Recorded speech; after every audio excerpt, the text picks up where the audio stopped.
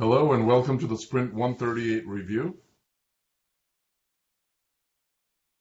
I will give an update on the overview and the community. Harpreet will update us on the UI, Adam on the providers, Jovi on the platform, Alberto on the API, Mike on QE, and Jason on the developer experience. All right, so this sprint we kind of went down a little bit in number of PRs opened and number of PRs merged.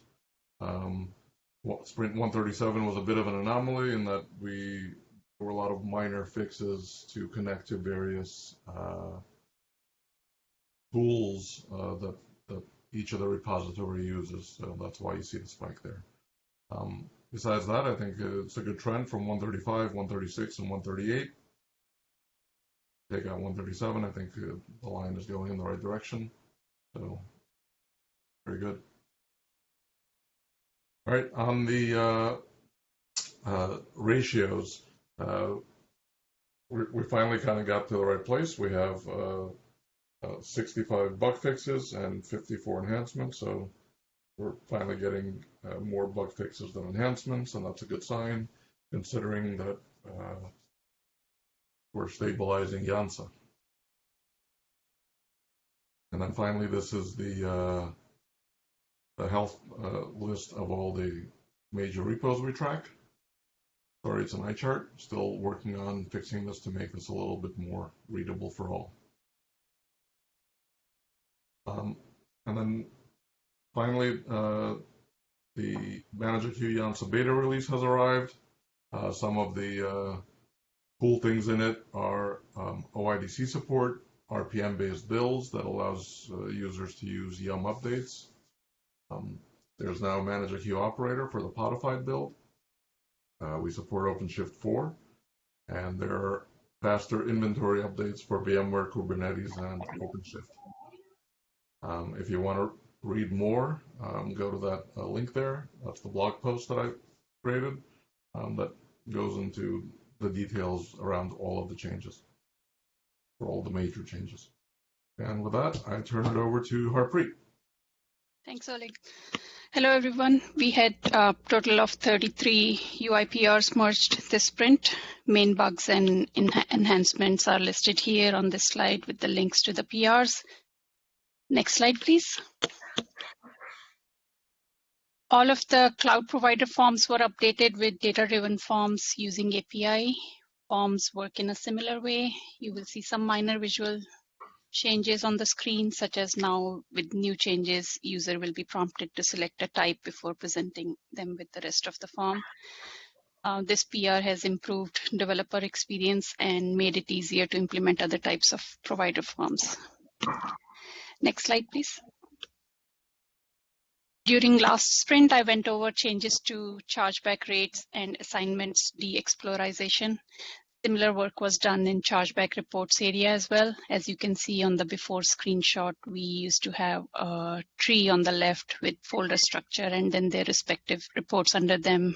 And now you will see a flat list of all saved reports that can be sorted by any of the columns in the list with links to drill down to view a report. Next slide, please. Here I have added sample of direct links to access the reports directly. Next slide, please. Changes were made to implement Carbon 10 to navigation bar and menus. Martin H. has a nice demo to go over those changes. Oleg, can you run that? Hello, so this is an update about our new menus. We switched to Carbon implementation. You can now also use Carbon CSS and React components on the default Carbon static to body. From what I gathered, they don't have the authorization to see if someone claims me. It's just because I said I can be claimed. That took us a while to get there. It's like, that makes sense. There's a little tension. Yeah, I can see that. Just a tricky thing to net out. Yeah. Thanks for taking it off. Oh, sure. All right, hold on. There's people on chat here. Let me see if I can mute them.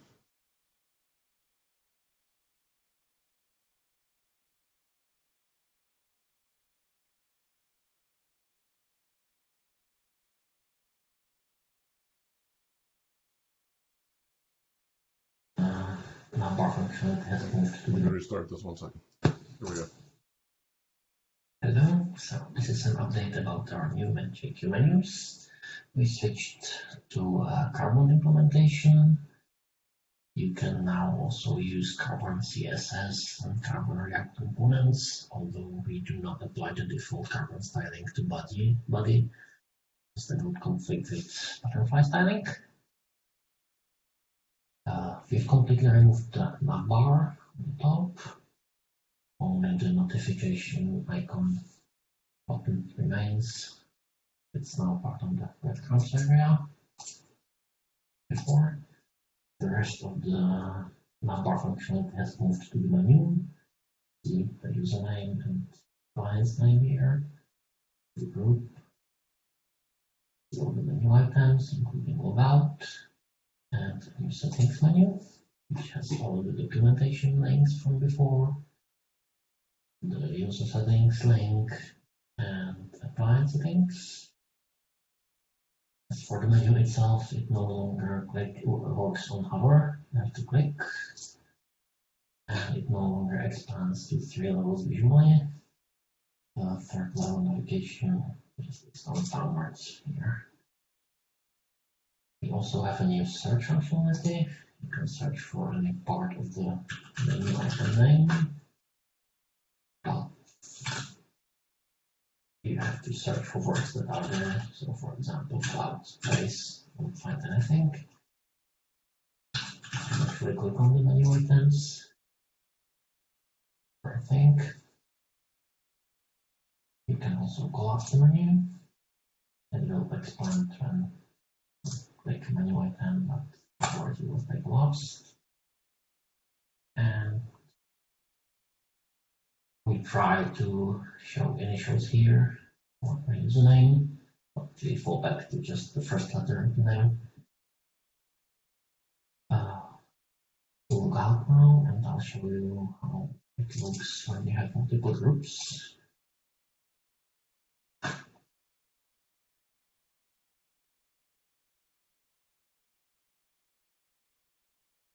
And here you can see that there's a group switcher now. See all the groups and just switch here. Clicking on menu sections no longer does anything. It used to remember whatever you clicked on before. That functionality is gone. But hey, you can actually click on it. So I think that's all. Hope you like it.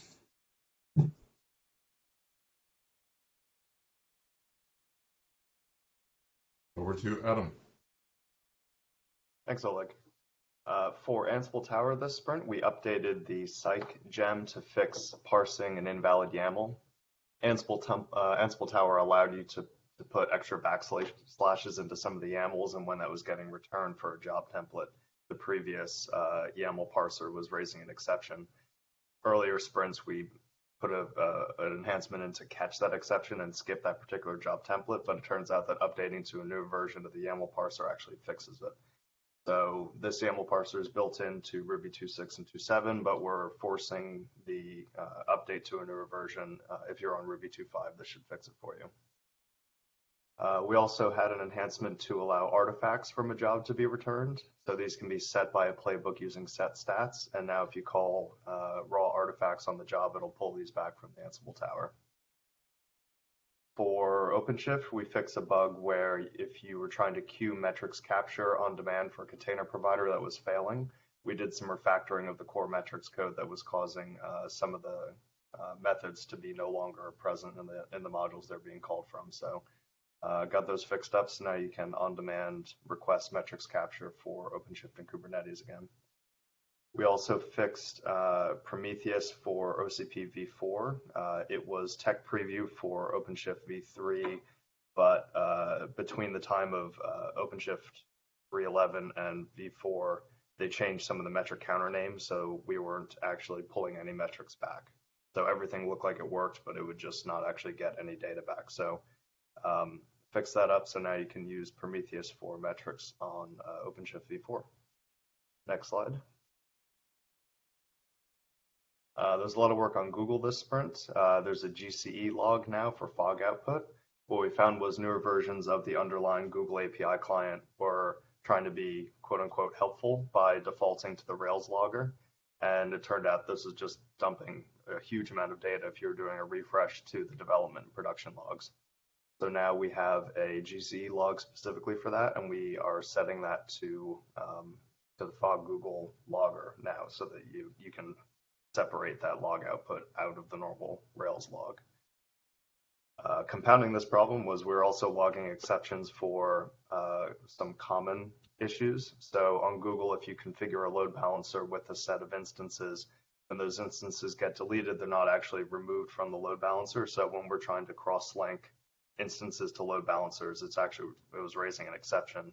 It's not really a problem. It's not great, but it's also not detrimental to the function of the refresh. So we were logging hundreds of lines of backtrace every single instance that was missing. So if you had a dozen of these every refresh, you were getting a crazy amount of logging. So we cut down on that. On the Redfish side, this was a nice one. So a community user helped us diagnose an issue where we weren't logging out of the session when we were doing a refresh. They had HP ILO4 hardware, and the specific implementation of Redfish on those devices doesn't return the session ID in the body like the rest of the Redfish hardware that we'd seen. It actually returns it in the header, which is technically allowed per the spec, but kind of in a gray area there. So we implemented a workaround or a fix to actually pull the session ID out of the header and the body, depending on where it is. So this fix, essentially what was happening was every time you did a refresh, it would use up one more session. I think there were 15 total sessions allowed. So pretty quickly you would fill up every session and lock out all the other users. So now the Redfish provider supports HP ILO4 devices, which is nice. Next slide. And that's it. Over to Joe. Thanks, Adam. Pretty cool. So there we go. Okay. A total of 61 PRs were merged across the platform space this sprint. Starting with bugs, there was an issue where VM retirement from the global region would sometimes fail, and Yuri plugged that. So if you were seeing that, you should anymore. And Nixie fixed a few bugs. Warning, these are pretty low level, but I thought it would be worth mentioning, and so did Nick, so I included them. One, to ensure data directories are not created outside the source tree on containers. He fixed another where the API requests were being handled by the UI service, leading to avoidable performance hits on the UI worker. He fixed an HTTPD configuration to properly route the remote console. And lastly, he fixed an issue with failing push notifications. For enhancements, Nixie added a new optional Kubernetes deployment custom resource parameter for creating a new group with the super admin role. So this will allow basic auth to be disabled, but at least one privileged group can be created matching that of a user in the identity provider to still be able to log in with an authorized user. He also contributed another enhancement to bump the worker liveliness check timeout, which will avoid some false failures in some environments. And Brandon contributed an interesting enhancement, which will force root password reset on the first SSH into the login to the client shell. So from now on, when you log into the shell for the first time as root, you'll have to change the password. That's going to be something that folks will have to get used to. And lastly, for enhancements, Libor contributed one to make the rate columns and chargeback reports far more readable. And if we can go over to the next slide, I have a couple of pictures of that. You can see in the before that the memory allocate range was not very human readable, but after Libor's change, it makes it a lot more easy to digest for the human eye. Next slide, please. And I'm not going to go through a lot of these. any of these. I just wanted to point out that there was a lot of work went in this sprint to improving the build up, including moving container images over to the RPM based. And that's it for the platform space. On to Alberto and the API. Great, thank you, Joe. Yep, so the first enhancement by Rutger was adding support for NSXT providers. So there's quite a few API endpoint changes. So ability, first of all, to delete cloud networks and security groups, fetching network services and security policies off of a cloud tenant, getting network services and the related tags, and as well as setting and unsetting them. For providers, exposing the sub-collections network services, security policies, security policy rules, and finally getting security policies themselves and the policy rules and setting tags on them. Next slide, please. Okay, so Libor enhanced the API rates endpoint to allow us to specify the relationships for chargeback fields, tiers, and currency by ID href for hash. First, we're exposing now the chargeable field endpoints, and for the API rates, there's an example here. The currency and chargeback, detail currency and chargeable field, you see an ID and href, and the tiers with the hash specification for it. Next slide. And Adam enhanced the API providers endpoint so that we can now create the physical infrastructure. Example here, we have the type manager queue providers, physical infra manager. And that's it for the API. Next slide.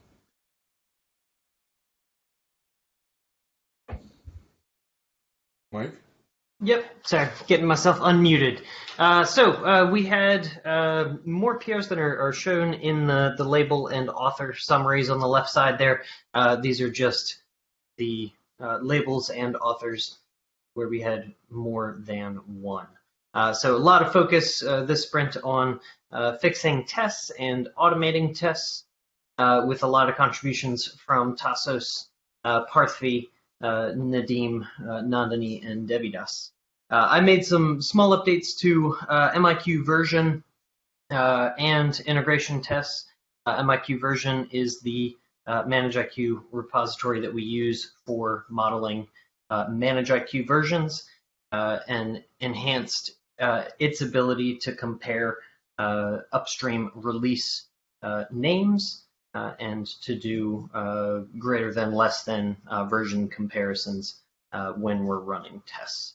This is to better support running upstream release specific testing. So when we're specifically testing Ivan and Chuck builds, Jansa builds, etc.